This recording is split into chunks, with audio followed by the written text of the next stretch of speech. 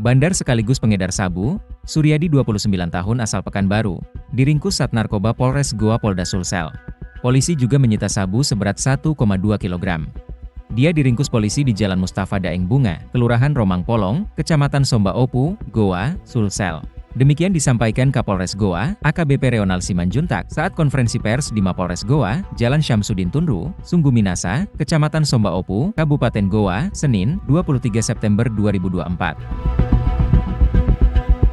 Penangkapan pengedar sabu-sabu ini berdasarkan laporan masyarakat terkait aktivitas mencurigakan di sebuah indekos. Ia menyebut, barang bukti tersimpan dalam pembungkus. 2 pembungkus disita masing-masing, di dalamnya terdapat sabu-sabu yang sudah dikemas dalam bentuk sachet berukuran kecil. 1 pembungkus plastik warna hijau, dengan merek tertentu, di dalamnya terdapat sachet sedang bening masing-masing terdapat kristal sabu seberat 733,9853 gram. Tak hanya itu, polis juga menyita timbangan digital, 1 set alat isap bong, 1 sedotan kaca yang ditemukan di dalam lemari pelaku. Dari pengakuan pelaku, kata dia, rela ke Sulawesi Selatan dengan alasan nilai jual sabu yang tinggi.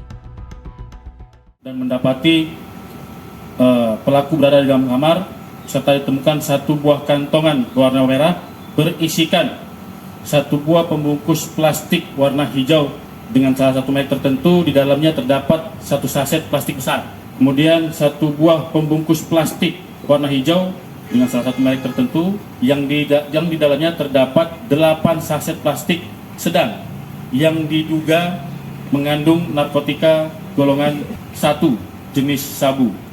Kemudian didapati juga 1 unit timbangan elektrik yang ditemukan di dalam lemari pakaian pelaku. Kemudian 1 set alat isap bong lengkap dengan 2 buah pipet dan pireks kaca yang ditemukan di samping tempat tidur tersangka. Narkotika golongan 1 jenis sabu itu sebelah. Atas perbuatannya, pelaku dijerat dengan pasal 114 ayat 2 subsidiar, pasal 119 ayat 2 Undang-Undang Nomor 35 Tahun 2009 tentang narkotika dengan penjara minimal 6 tahun atau maksimal 20 tahun atau seumur hidup atau hukuman mati.